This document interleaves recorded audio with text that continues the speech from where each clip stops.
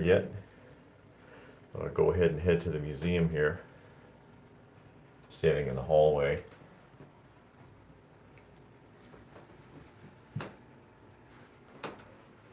There's my original Burger King posters for the Star Wars film. It's hard to see them. I put them in a showcase video once for the Star Wars related pickups. And I had the same ones when I was a kid. And funny enough, it's another example of when something original is cheaper than its modern counterpart. Because the original posters cost less than the reproductions. Doing this from the cell phone again, which I had not intended to. I was actually going to do it as a sit down. Walk into the museum here. Get the whole panoramic view this way.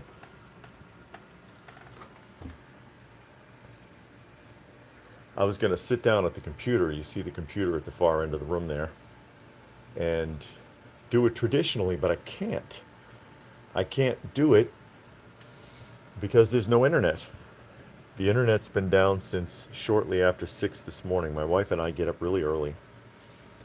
And the internet conked out, and Xfinity sent a notice saying, yeah, you don't have internet. We're working on it. Nobody does.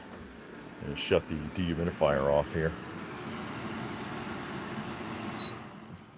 so that you can hear me more clearly. And I get ready to talk about flea market finds. That's right, we went to the flea market. What the hell was the name of that flea market? It's a flea market associated with a antique mall. It's the Peachtree Antique Mall and Peachtree Flea Market, which takes place pretty much every Saturday and Sunday. And we went down there looking more specifically for cat food, because we have a crap ton of cats. We have like 20 that we're taking care of right now because we're sort of like a proxy shelter. And so we went down to the flea market because I can often find cat supplies, cat food, litter, whatever, at a real discount rate. I can find it very cheap. Put my cup down. I can find it really cheap there sometimes, but it had been raining, thunderstorms yesterday. And so hardly anybody showed up for the flea market. So we went inside instead. And I see Austin's here. It says the whole room looks like a toy store. Yeah. Whole room looks like a toy store. We're often mistaken for a toy store. I have a lot of times in the comment section where people are like, where can you be found? Where's your store located? And I'm like, yeah, there's no store, buddy. Sorry, no store. It's just us. It's just us. But I went down there, of course, again to the flea market, hoping to score some cat food and litter or pet supplies, because, running low, you run low quickly when you're taking care of 20. And they weren't out there really because of the rain. So we went into the antique mall instead because you find stuff there. And that's Peachtree in Georgia. Again, that's the same flea market slash antique mall where we saw Abdullah the Butcher that time. You might have seen on the channel a short some time ago with Abdullah the Butcher that I put up because he was at the flea market out there trying to sell autographs. Poor guy wasn't getting very much attention either. Not picking on him, just an observation. That, of course, I showed this in the live stream on Saturday. That is the Big Bird chair that we found at Value Village, or I found it at Value Village and I gave it to LPH. And that is a 1979 Knickerbocker Big Bird chair. And it's intact. It's intact. It's in good shape. But like I was saying, sometimes you can find stuff that's pretty decent, like that Godzilla right here. This one, the Imperial one, I found at that same antique mall. But pickups, pickups. So we got a variety of different things that we found. And first and foremost, I guess I can start right here. She found this. And that, of course, is Raggedy Andy, and it is a coin bank. It's a vinyl bank. His head turns. Actually, his head screws off. And the coin slot is in the middle of his back. As you can imagine, he doesn't hold very much. Manufactured, it still has the manufacturing sticker on the bottom, by Royalty Industries, made in Florida in 1979. And this particular one was distributed to Kankakee Federal Savings Bank. So you remember back in the old days, some of you might not be old enough to remember, but once upon a time, banks used to give stuff away to their customers. They used to give away banks like like this or like something else. Like I had one that looked like it was made out of copper, and it was the head of an Indian. So they used to give away banks and or toasters and all sorts of things like that. You might hear them making fun of that in old movies or TV shows. Banks used to give away things to attract customers. Now they just screw you over. But she found this and it was really, really cheap. But what doesn't surprise me because, quite frankly, Raggedy Ann and Andy is pretty much a dead franchise at this point. It died a long time ago. I don't remember the last time anything Raggedy Ann or and Andy related was made. It's a dead franchise, like Holly Hobby and, insert your IP here. There are several that have just faded away over the years. Peanuts is headed in that direction. I mean, they still make peanut stuff here and there, but it's really kind of dead. Most of the stuff that's related to newspaper print, like daily or Sunday funnies, is dead or dying. I know they made a jump with Garfield just recently, trying to bring Garfield back, but yeah, I mean they're all hanging by a thread. But yeah, this one is an officially dead franchise, I believe. So they're anything unless it's super rare, Raggedy Ann and Andy related is pretty cheap now. But I just thought this was pretty cool. So we got this for LPH. She's a fan of Raggedy Ann and Andy. Campbell's Soup is in that category too. Campbell's Soup Kids, uh, they made so much merchandise in the 60s and 70s and even in the 80s, and now it's just kind of dead. Nobody cares about Campbell's Soup collectibles anymore. It's sort of faded away. Sort of faded away. What else did she get? The Snow Baby. This is something that she used to collect before she was collecting toys, LPH. So she found this Snow Baby, and aftermarket, I mean, this is Department 56. You find them in the Hallmark store, like Precious Moments stuff and a lot of other franchises that they have. And new at retail, they are very, very expensive when you go into a Hallmark store, if anyone goes to Hallmark anymore. Because I know greeting cards is another thing sort of faded away. It's a topic of fading nostalgia discussion right there. But retail, this stuff is expensive. Aftermarket, not at all. Not at all. I mean, this was like $4. I know I don't normally talk about prices, but this was really, really cheap. And she still collects these when she can find them for a decent price. The Snow Babies and the Precious Moments.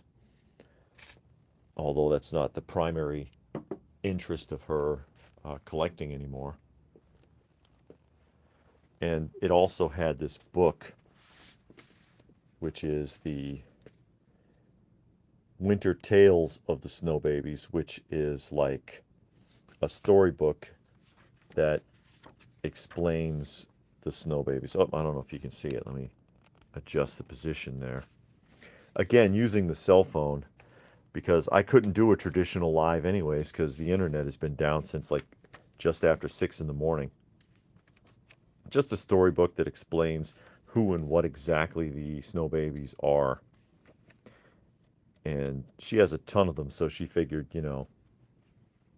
what the hell, may as well pick up the storybook. What was the original retail on this? It's been clipped out. Probably get a clue off the barcode. Oh, there's no barcode either. This must have been sold direct in the Hallmark stores then. Set it up here. That's her Care Bears store display. Which if the batteries haven't died, that sucker should still work. That sucker should still work if anybody wants to see it. I don't know if the batteries are still working or not. Oh, let me catch up some of the comics, or some of the comment. Robert says, "Are you on? I'm watching from work." Yes, yes, I am. And Spike is here. Says, "Yeah, watch Raggedy Halloween special. Oh, yearly watch the old Raggedy Ann and Andy special. Looks like it was done in the '60s." And David McNichol is here.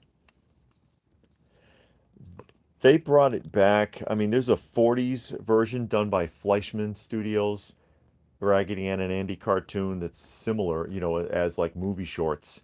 Very similar to, I mean, they're the same company that did the old 1941 Superman, again, as movie shorts. And then there was another one. I think they did some specials in like the '60s or '70s, and there's a film in the '70s, like 1977. And then in the late '80s, like 1988, they did a Saturday morning cartoon, and it is terrible. It is absolutely freaking terrible. But vinyl records, and we got a big stack of vinyl records here. Let me just adjust that again. Big stack of vinyl records for dirt cheap. Dirt cheap, I tell you. Who is this? Original stars, original hits. Oh, this is just like a hodgepodge. Al Stewart, Cliff Richard, Thelma Houston, Atlanta Rhythm Section. Yeah. Climax Blues Band. This is one of those kind of albums that used to be put out for, like Ronco Records or something like that. Three Dog Night.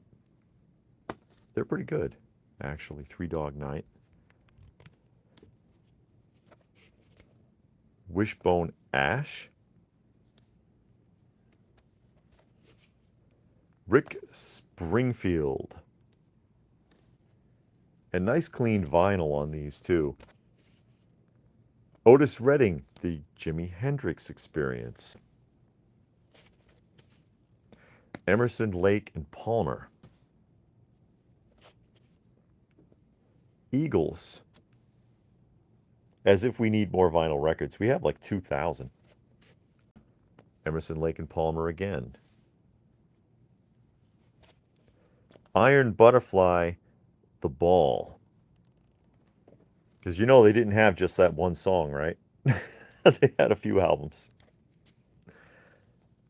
Iron Butterfly, The Metamorphosis. See? Heavy Cream. We showed this one the other day on the live stream. A couple of these are from a different pickup. Steve Miller Band, Brave New World. Sting. Yeah, I think she showed that one on the live stream. Yeah, I know that one. Steppenwolf. Oh, here we go. More of these. Mother Goose's Nursery Rhymes. I guess she just got that because it's a Disneyland record. Mother Goose's Nursery Rhymes. Now, this one I thought was pretty cool. I'm actually wanting to hear this. It's a 2-album set, no jacket. They're in the sleeve together. 2-album set, Sesame Street. Sesame Street's 60 of your favorite songs from Sesame Street on 2 LPs. Wowzers. Yeah, I'm all in for any vintage Sesame Street. Official Romper Room activity songs. Who remembers Romper Room? There's the doobie. the doobie, and oh God, what was the name of that clown? Off the top of my head, I'm not recalling the name of the clown. The Partridge Family, everybody. Partridge Family. I actually found a handful of Partridge Family albums, and again, they were so cheap. Partridge Family album. That used to belong to Deanne. She wrote on it. Partridge Family Sound magazine. And then a repeat, because there's another copy of Up to Date, the family album. So I got a couple of duplicates. And then the Captain and Tennille. It's so 70s nostalgic. I mean, they had the variety show. That was a big thing in those days, was those variety shows. Sonny and Cher had one. Captain and Tennille had one. The Brady Bunch had one. Flip Wilson had one. That was a big deal in that time period. And what's really interesting about this is you notice he almost always has sunglasses on, right? There's a picture of him in here with the sunglasses off. See, there's Tennille. But then look at the captain. Take a close look at how dilated those pupils are. Cocaine, anyone? Holy crap. Holy crap. If he was in the emergency room for anything, they'd be running blood tests on him. That is scary. That is like... He looks like Zuckerberg. I mean, why would they allow this photo to go through? I mean, her eyes look normal, right? Did I miss something? And then you come over here, and he's an alien. He's an alien. I haven't slept in 4 weeks, and I've got like about 9 ounces of cocaine in me. Take my picture. That is just bizarre. It really is. You see the comments here really quick. Try to catch up a couple of them. And Blue Splash says those Care Bears were found at a flea market. No, not the Care Bears. Robert vaguely remembers Romper Room. And Two Old Geek says Captain and Tennille hadn't thought about them in years. And Carrie says Cher's show was awesome. Discovered Elton and Bowie due to her show. Bob Mackie was discovered because of her show too, because he did all the costuming. No, that's something that I picked up a few years ago, and I gave it to her as a gift. And like I said, I don't know if it still works. I could try it. My name's Wishbane. Oh, there you go. Do you like to sing? Hi, Laugh-A-Lot Bear. Hey, Laugh-A-Lot Bear. Hi, Share Bear. Hello, Wish Bear. Who's in the mood for singing? I am. Oh, they're in a mood for singing. This is one of The my battery's probably running down because they should all be moving their heads every time they talk instead of just one. If you're happy and you know it, clap your hands. Oh my. If you're happy and you know it, clap your hands. If you're happy and you know it, share your smile and really show it. If you're happy and you know it, clap your hands. Great job. I love singing with Oh friends. my goodness. And again, that's a store display from back when they were releasing the singing Care Bears or Care Bear sing-along plush dolls. And, store displays can be tough to find because when they're done with them, they're supposed to dispose of them. Doesn't always happen. Doesn't always happen that way. And Carrie says, try watching that at 3 a.m. Yeah. But like I said, the batteries are probably running down because they should have all bobbed their heads every time for whichever one spoke. But only, who is that? Cheer Bear or Wish Bear? I forget who the hell that is. It's the only one that's using its head right now. It's the only one using its head. Now, also, I found this at the flea market. And that is the Adventure People Mountain Climbers set. Mint on the card. Mint on the card. You know I love the Adventure People. One of the greatest action figure toy lines ever made. The models for Star Wars figures. The original Star Wars figures actually used adventure people they were resculpted and repainted to demonstrate what Kenner was trying to do with the action figures. Amazing. And this is Dick and Jan. They're mountain climbers, and they got all their gear. They got sleeping bags and bed rolls, and they got harnesses and a massive grappling hook there with a rope so that you can, like, have them climb mountains, obviously. They're on a little expedition, the two of them together. Dick and Jan are ready to scale any height. Jan's backpack can carry both sleeping bags. Yeah, make her carry the load. A climbing rig fits over Dick's shoulders to go from peak to peak. 30-inch rope hooks almost anywhere. Sleeping bags for cold mountain nights. Excellent. And this is from what, 1976? Mint on the card. It's actually kind of tough to find this stuff mint on the card, the Adventure People. And they deserve a lot of credit because this is a franchise that had no movie, no TV show, no cartoon, no comic book, no storybooks, nothing. Nothing. Just cool adventure sets with rugged action figures that were hard to bust up and really good play value and good play features. And it still has the price tag, $2.99, ladies and gentlemen. $2.99. The card's a little rough, but you don't find this stuff like this. It's tough to find stuff like this, still carded or boxed. So at any time I can get an Adventure People item still sealed, man, I'll take it. I'll take it. I was real happy to find this, and it was really cheap. It was really cheap. I almost thought it was a joke. But yeah, great stuff. And Paul says, nice score on the Care Bear store display. You know, I have a few other Adventure People items, but not too much. Most of it's space related that I do have. Like these carded figures, the X-ray people, and the Astro Knights up there. And then you see the Astro Knight with the glider. That's a very rare set. And then the action packs, Alpha Recon and Firestar 1 with the X-ray astronaut. And then the 3-pack. And this 3-pack is pretty rare also because they put any old random figures in these 3-packs. Like you often see it, it's got a cowboy and a construction worker and something else, an X-ray man, whatever. This one, and they all have this space theme in the background with the moons and stuff. But this one just happened to get 3 space-related figures in it. And that's a miracle. And of course, from the last convention, the Wheelie Dragster there that I just picked up at the Joe Fest.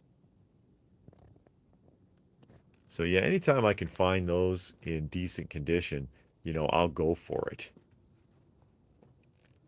As I get back around.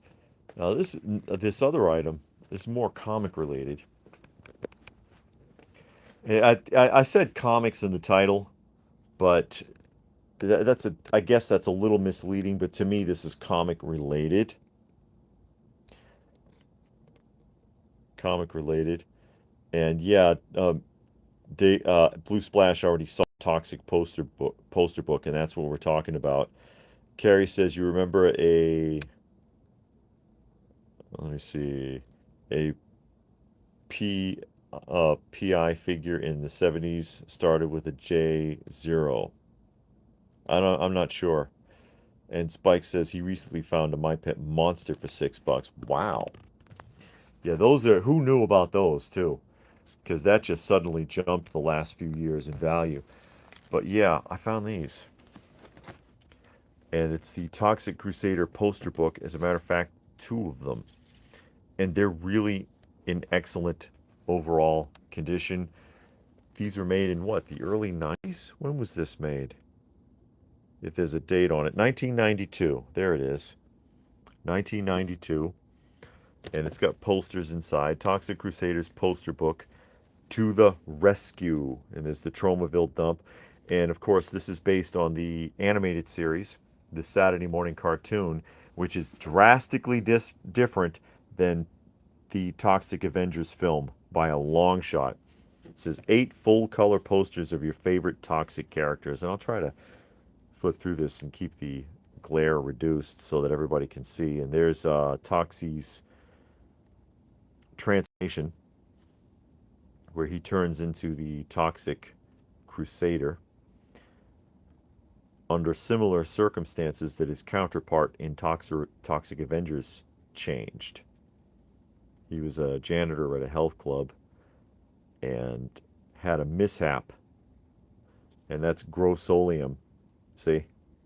Grossolium. And then on the back here, it tells you about the character, but it tells you the wrong thing, because that is clearly not No Zone.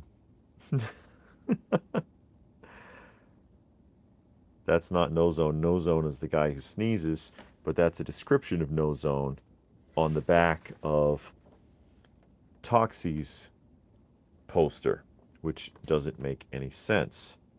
They got it backwards. They got it backwards, seeing if I can get better image here. Blue Splash says, love Major Disaster. He has similar powers like Swamp Thing. Yeah, he does. Major Disaster. And then there's, on the back of Major Disaster, it gives you Major Disaster's description. And then here's Kill 'Em Off, kidnapping Toxie's girlfriend with his 2 henchmen. This guy in particular was really funny on the show. It says, captured by Kill 'Em Off. Oh, Carrie says, Private Eye 5-inch figures along the line of Big Jim around 74, 75. That sounds familiar, but I'm not sure. I'm not sure. And Eric Peter says, it's crazy. I still feel like 1992 was not that long ago. No kidding. I know what you mean. See, there's No Zone. He was exposed to radioactive pepper, and now he has a powerful sneeze. I kid you not. Crusaders accept the challenge. And then there's a poster of Dr. Kilimov's headquarters. See how one leg is a wheel. I mean, they did some weird stuff with these characters. Just ahead, Apocalypse Tower. And then the battle with the henchmen here.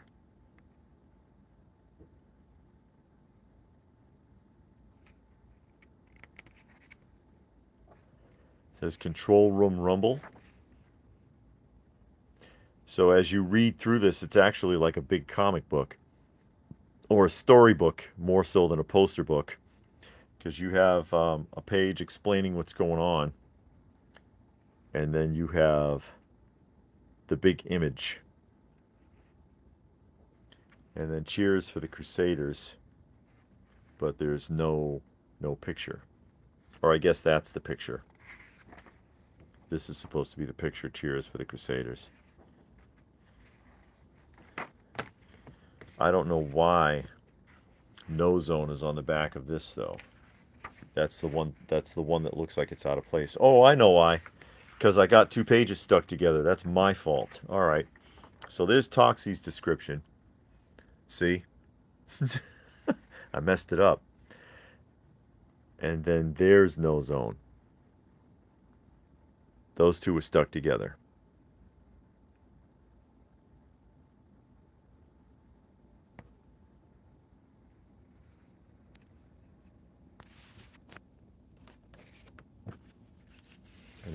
second poster, Kill 'Em Off Strikes Back.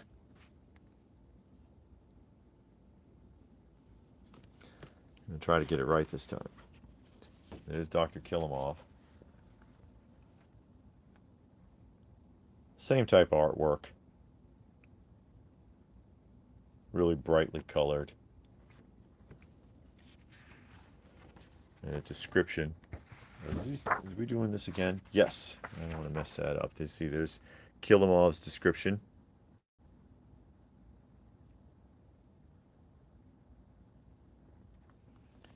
And then there's what? Crusher? Is that Psycho? Psycho. Say Grossolium. And you see this guy right here. And there was a running gag. There's a whole family, and everybody in the family has that exact same face and a mustache and beard. The kids, everybody.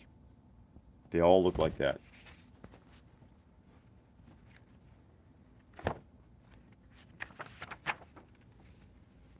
And then there's Psycho's description.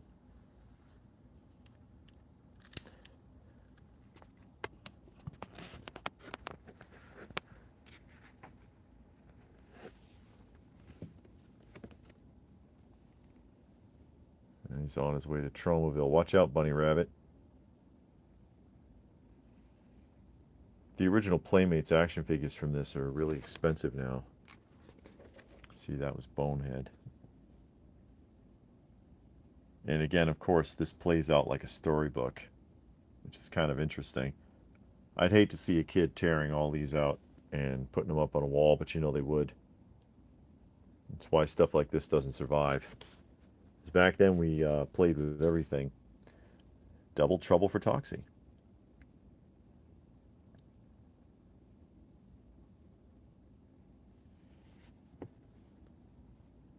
Another look at Kill 'Em Off with his soldiers there.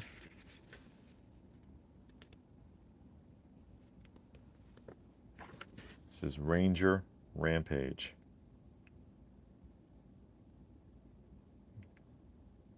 Of course, they mean the Radiation Rangers.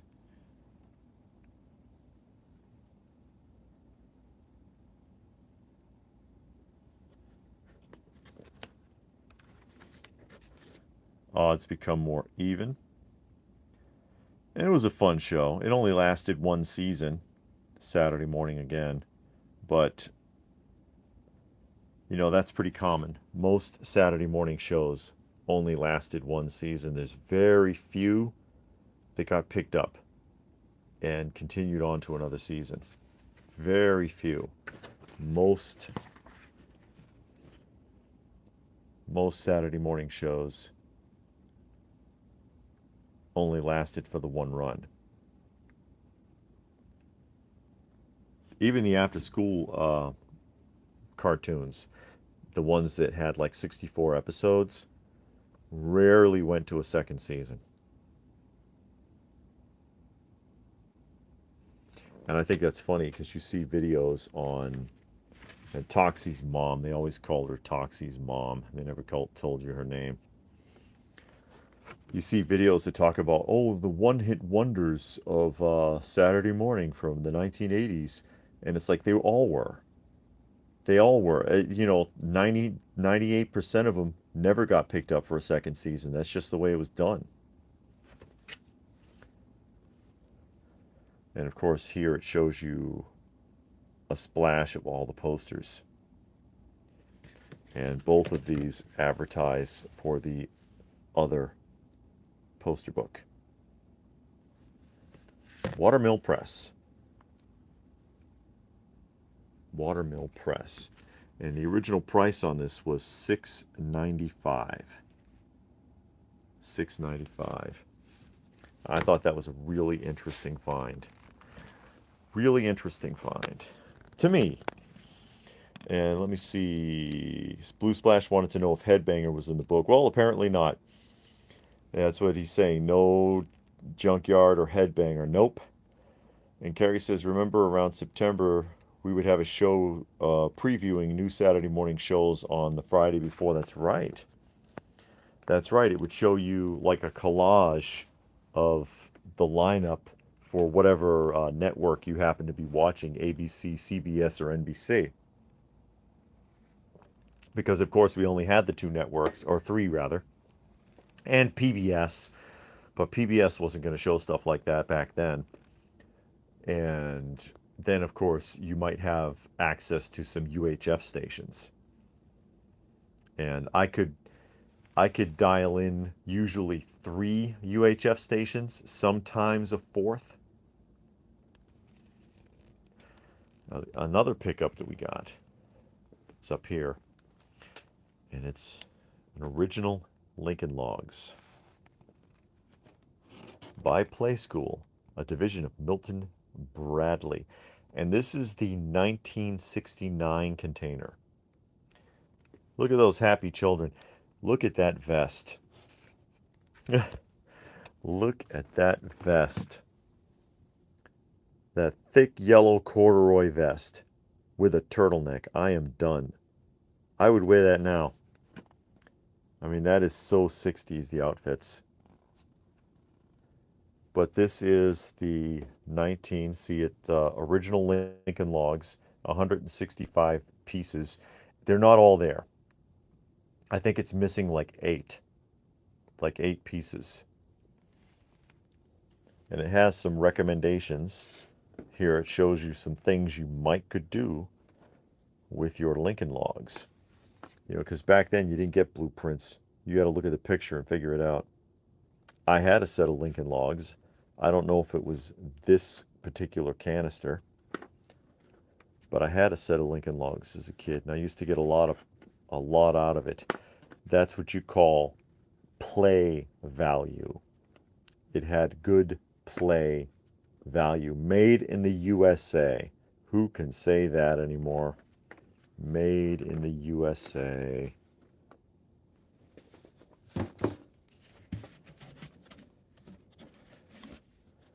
And see the pieces in there.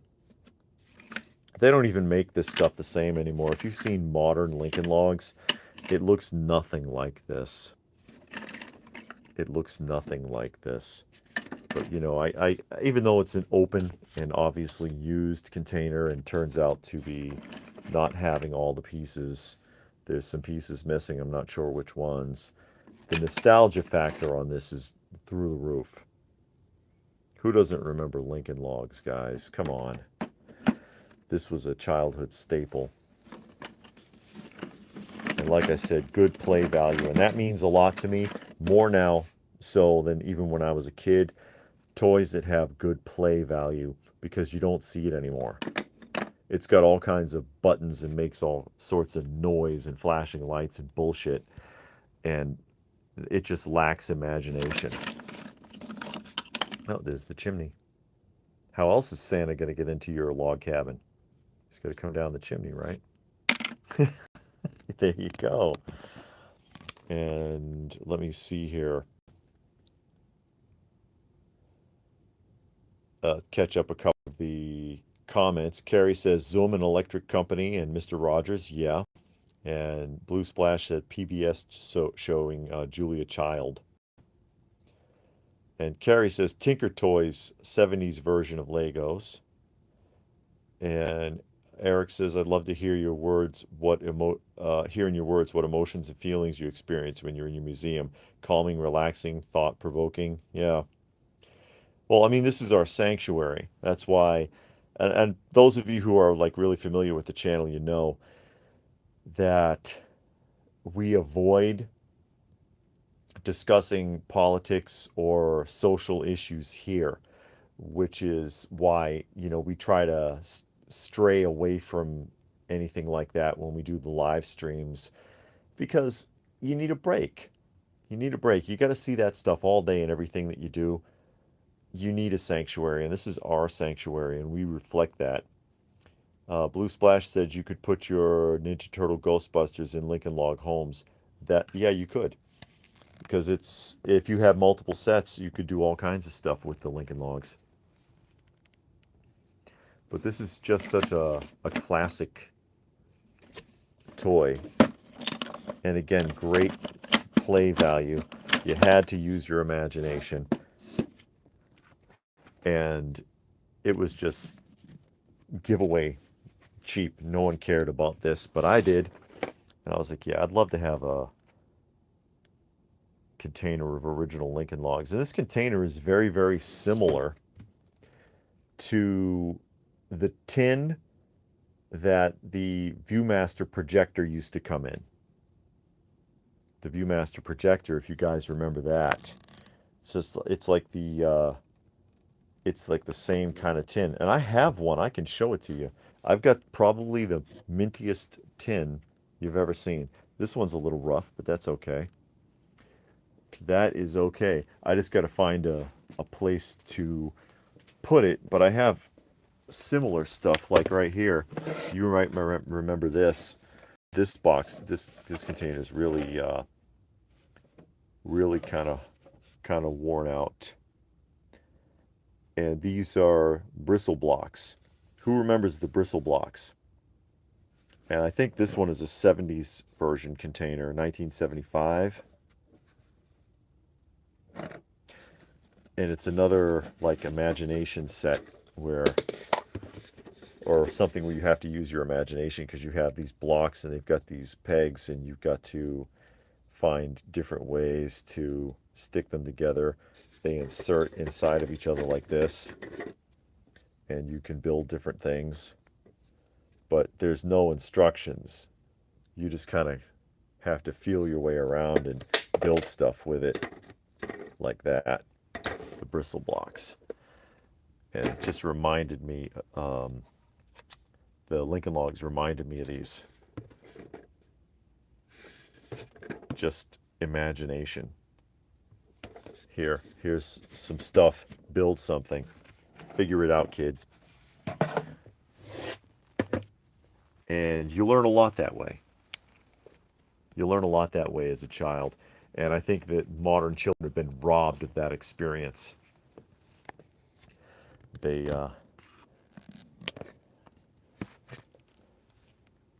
been robbed of that experience. Eric Peter says he loves the Batman 79 Vicky Vale you picked up. It looks clean. I'm on the lookout for one. What would you say the grade is on it?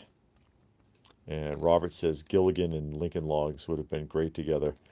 Well, you could have put Gilligan and Lincoln Logs together because there was a Play School Gilligan's Island play set that was produced. They made two of them actually, but it's the same set produced twice. One in like 76 or 75, and one in the late 70s or like 1980. I'm trying to remember off the top of my head. They're exactly the same except that they use different color plastics, and it was like a bath time play set. And so they were just little figures like this, little vinyl figures. And it was based on the Gilligan's Island Saturday morning cartoon show. But yeah, he's talking about, it was right there actually. This is what Eric Peter was talking about, the Batman 19, or Batman number 79 from like 1953 that I just worked on, and I cleaned and pressed it. And this one, 6.5 maybe, because there's some staining on the back. First cover appearance of Vicky Vale, if I remember correctly.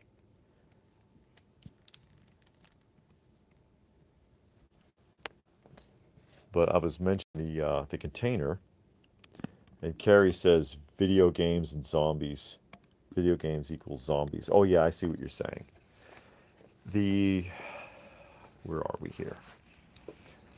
Yeah, here it is. There's my Mr. Magnet Man, a take on Mr. Potato Head, also made by Hasbro under the Romper Room label. And I did a showcase of this once upon a time. You get the original price tag, Osco Drug, $2.97. But this is what I'm talking about. And this was an antique mall find. And that's Santa Claus. This is an antique mall find. And it was, again, insanely cheap. And this is the Gaff Viewmaster Theater in the Round, they call it. Theater in the Round. And this is a 70s product. And this is the Disney one. Now, if it was like Star Trek or Spider-Man or something, it'd be worth a lot more. But what's special about this one is how perfect it is. And I'll show you what I mean here in a moment. The these are made so that you can open this lid, okay? But this kit, and I've got to be careful, is unused. It's unused. So we'll take the lid off here, and you'll be able to see right away how perfect it is. Because if you look around its top edge, you can see that it's not peeled away. Because you know, over the years, as you open and close these containers, this shreds all the way. There's a little bit of peeling, just a little bit, but for the most part, it's really clean. And then down in here, here's the original receipt from 1975. There's the bulb. See, projector lamp from Sylvania.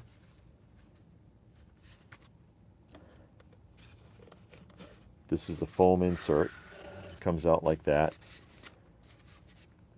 There's your Viewmaster. And then sealed in that disc back here are the original discs.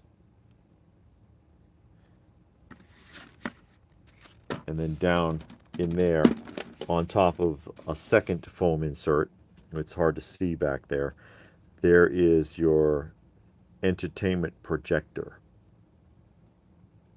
which you would plug in after you inserted the bulb. And then instead of using your traditional Viewmaster, you could put these in the projector and put the images on the wall. And you don't find this in this kind of condition. You just don't. And again, there's the original receipt from 1975. July 1975. I'll just carefully put the lid back on because I don't want to mess up that lithograph.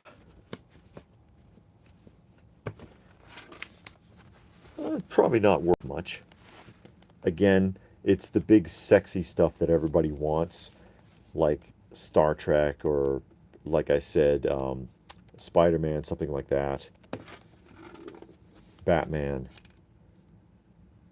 Disney's not that desirable, but I just appreciate the condition. I appreciate the condition this is in. I mean, this is how you might have found it buying it in the store for the first time. And I wish the price tag was still intact. Actually, you see it's just kind of, it's really just sort of faded away. It hasn't been peeled off or anything. It's just faded away with age. And I found this a few months ago in an antique mall, and I don't know if they priced it wrong or they just didn't care about it.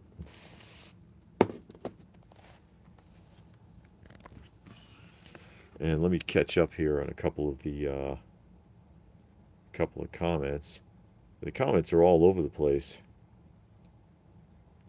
Oh, Carrie says J.J. Arms was the private investigation action figure. Oh, J.J. Arms. Oh, okay, now I know exactly who you're talking about. And I do have J.J. Arms.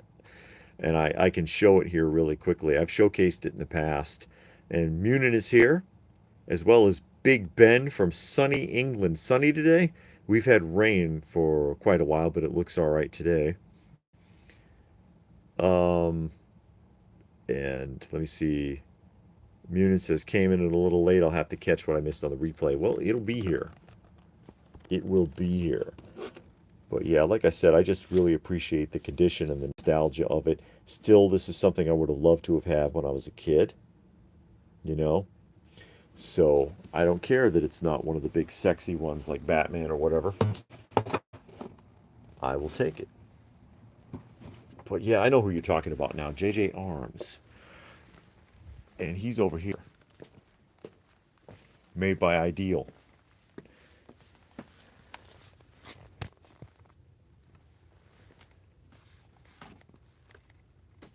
See the JJ Arms, 1976 Ideal. And he's roughly in scale to Big Jim. And he's based on a real person.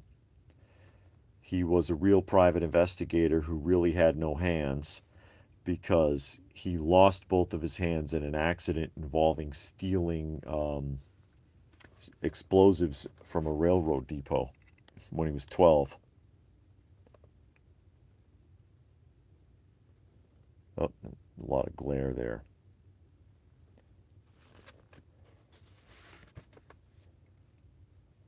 I have his autograph. I have a, a JJ Arms poster with his signature on it. It's packed up somewhere.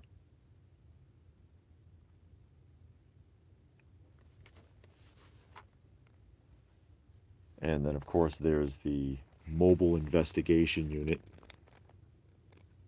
his truck, which also has arms because why not? That's what you do. You give him arms.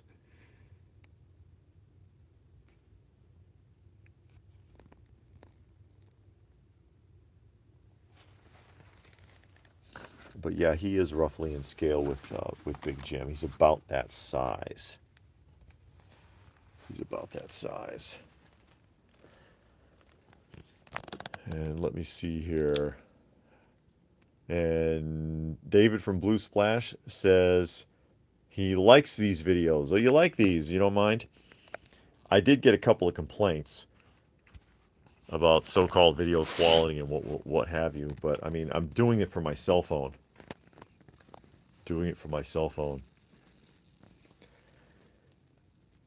And again, I had intended, because I got the computer set up right here, I had intended to to do it from the desk and just showcase that way, but our internet is not working. It's been down all day. I got to get this sorted out anyways. We do need to do a little cleanup and rearranging here because you can't hardly see some of it like this. And I'm proud of that Chuck Norris set because I've got the whole thing completed. That's everything from Kenner's Chuck Norris line.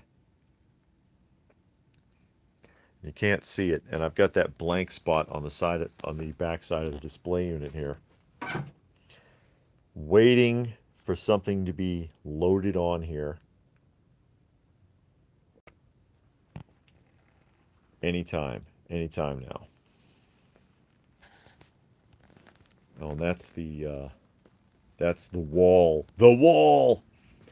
When somebody sends something to our PO box, and it has a card or a letter, pin it up on the door here.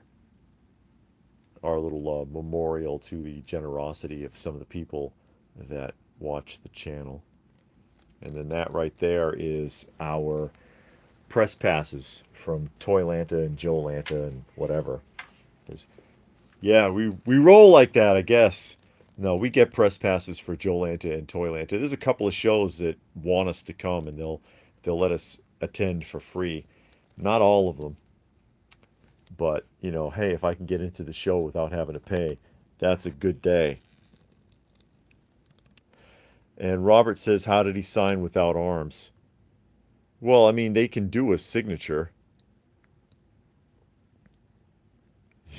he can. They got the little clamps, the little claws or whatever, they're little pincer grips, and they can put a pencil and direct it.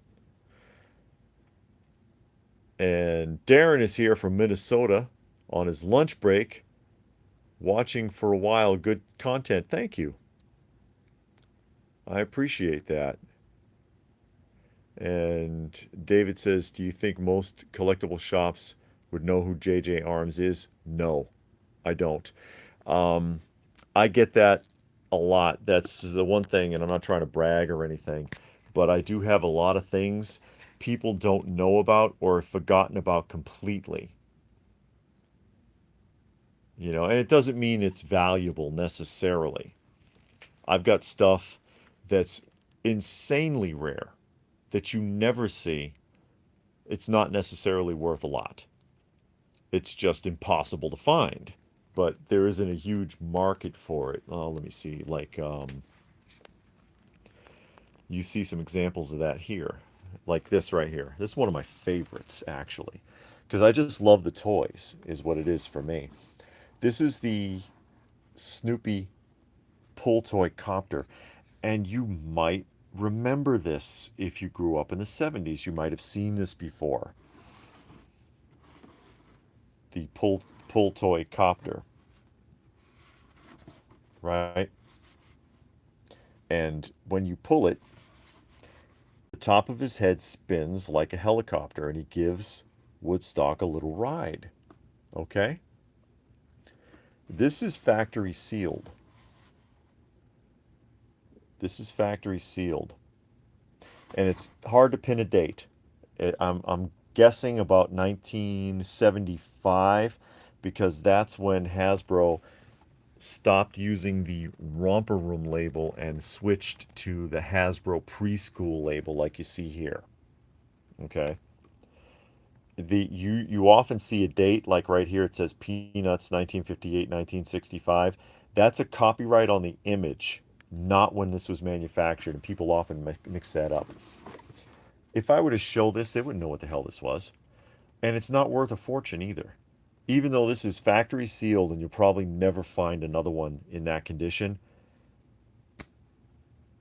I know it's less than $100. It's not worth a lot.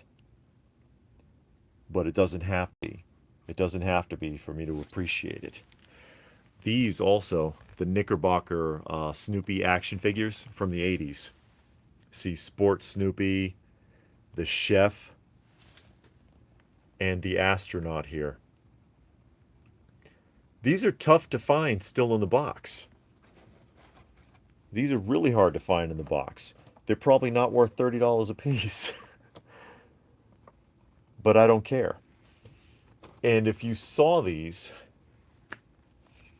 out of the box, nobody would know what it was. And I actually been through that a few times with the Chatterchums, where I've seen these. They show up loose. You rare, and I'm like, "Hey, a Chatterchum," and the dealer is like, "Oh, is that what that is? What is it called again?" Mattel Chatterchums. Mattel made a lot of talking things. They did the Mattel Talk Ups, which was a head and a doll body, and the string is inside the head, and you pull the body way down, and the body goes back up into the head and it speaks. They did a Casper like that. So yeah, I mean, as you grow and learn and you continue to find things and whatever, you almost kind of become a historian, I guess. But yeah, often a lot of times dealers, they don't know what they have, especially if it's loose. So I try to catch up a couple of comments. Munin says, since it's in the video title, what's the best thing you ever found at a flea market? And Robert likes the Terrordrome. Yeah, Carrie, Archies, that's right. This is the Mattel Archies from 1977, and these are actually dolls. It's a vinyl head with a ragdoll body and the jalopy. And this is from 1975, 2 years earlier, made by Marx, and these are legitimate action figures. And that's me and LPH hiding in the corner. But yeah, I love the Archies. They made a jalopy for that run too, but I don't have it. Still on the lookout for a sealed jalopy.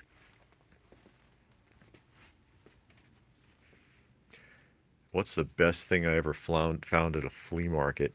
Oh man, that's hard to say. That's hard to say. Like I said, I did find this, and that was practically a giveaway price. The Godzilla there. We've had scores with vinyl records, never with comic books. You're not finding good comic book prices at a flea market. I know LPH found a bunch of lunch boxes. I don't think it's these. She has a ton of lunch boxes. They're not all on display, but because she has, I have a few myself, but she's got a ton of lunch boxes. She just doesn't have anywhere to put them up right now. But she found a bunch at an antique mall once for like $5 a piece or something.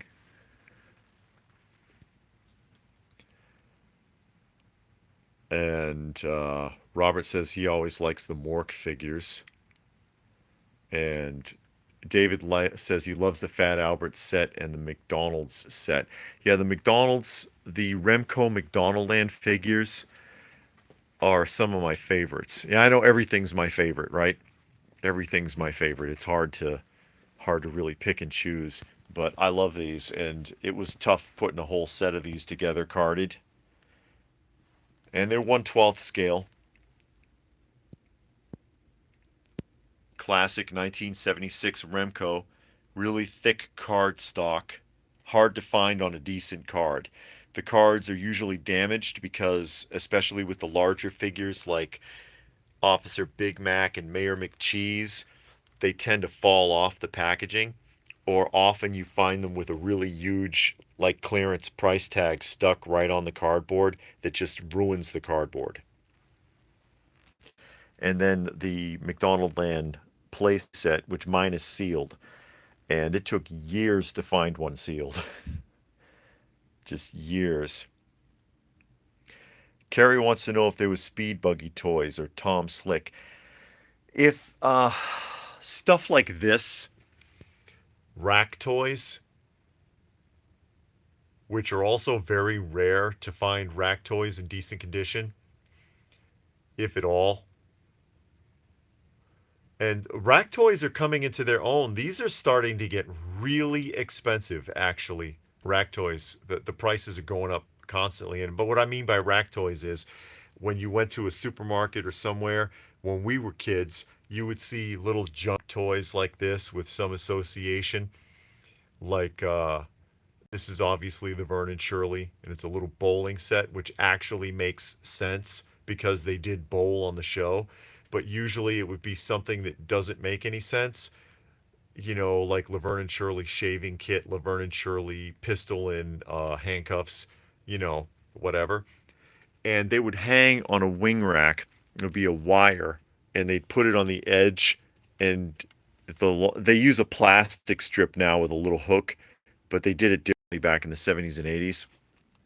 And that's the toys that were in the supermarket, and they called them rack toys. And they've been recently kind of rediscovered, and the prices on them are really skyrocketing. But that's the kind of stuff you would find for like Speed Buggy or Tom Swift, not like legitimate toys or action figures, or traditional, I should say. No, Robert, that set is not going to get opened. And the Fat Alberts too, yeah, because I had a set of these when I was a kid, and that is the Chem Toy Fat Albert series, which was sold both loose and carded. Loose in countertop displays like this, or carded like that one. Carded, they're very, very difficult to find. And then these are the Tedro, Tedro Fat Albert figures that are really just mock ups. It looks like they basically, and I'll get one down here and compare it. See, it's like a scaled down resculpt of the same figure that Chemtoy made. They're just slightly smaller. And they were all sold on cards. and that was 1982. And I think the Chem Toy was what, 1973? So like 9 years later, if I remember correctly.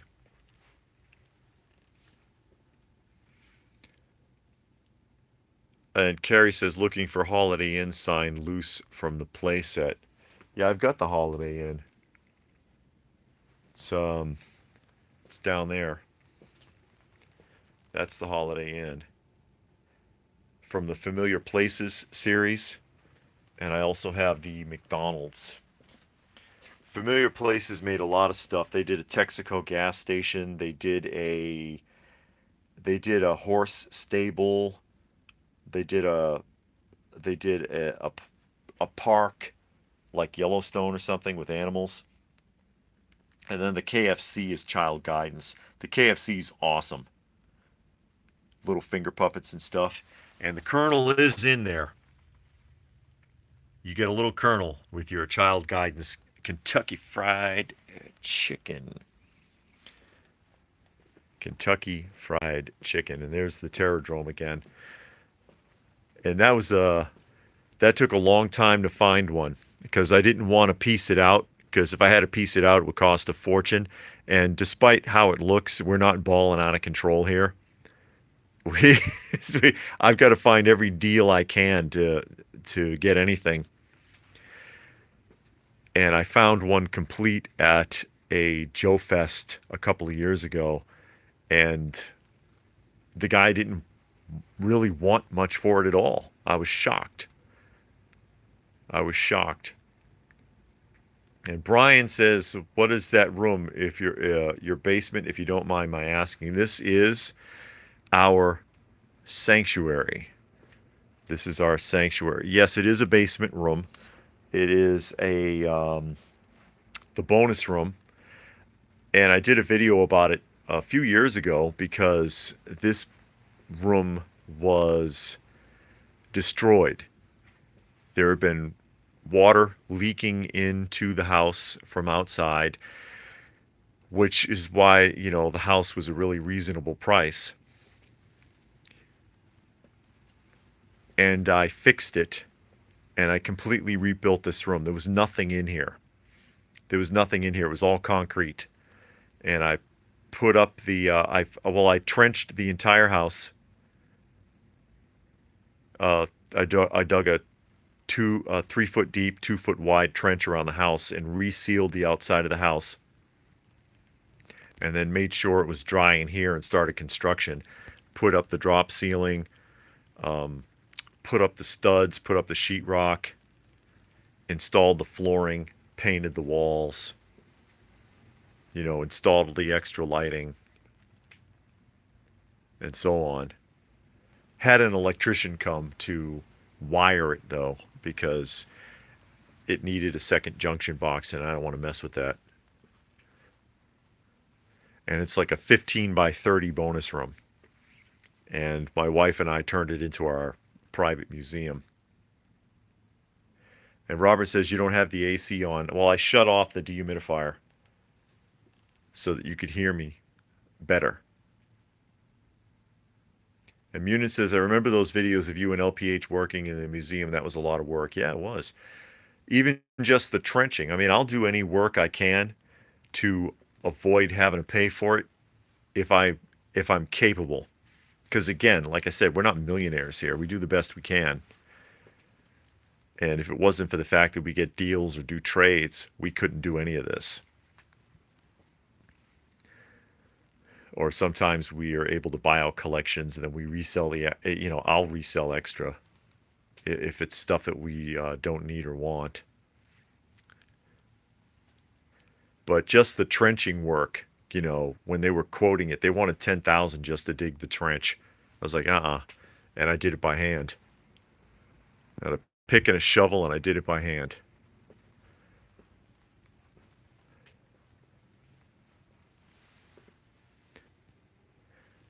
But again, doing this from my cell phone, doing it from my cell phone because there's no internet. There's been no internet since shortly after 6 a.m. So I'm kind of screwed for the day. I don't know. I have something else I'm supposed to do at 2 p.m. I don't know if I'm going to be able to because I don't know if I can get online. Kind of screwed for the day. But thought I would take some time while I had the time. There's my chair. LPH made that chair. And McNichol says, any new 90s figures you're collecting next? I'd like to get back to the Earthworm Jim because I've only got like 2 Earthworm Jim figures that LPH gave me. And so, and there were more of the common ones like the Princess, which you could find everywhere, which is no big deal. It's a start. But yeah, the Earthworm Jim, I'd like to get that one going. Because, I just finished with Skeleton Warriors recently. Just finished Skeleton Warriors recently. But anyways, I'll go ahead and sign off. As I get, just showing some of the stuff we found at the antique mall / flea market. Had some great scores, including these poster books and the Adventure People Mountain Climbers, which I thought was just amazing. Dirt cheap prices. They either didn't know or didn't appreciate what they were. And Brian says it looks great now. It was a labor of love. A lot of work went into this. We wanted to be able to display our collection in a way that was aesthetically pleasing. It's a little disheveled at the moment because I've been moving things around and, we rotate stuff. But I'll go ahead and sign off. So thank you, everybody, for popping in today. Hope you enjoyed the conversation. And maybe we can do this again soon.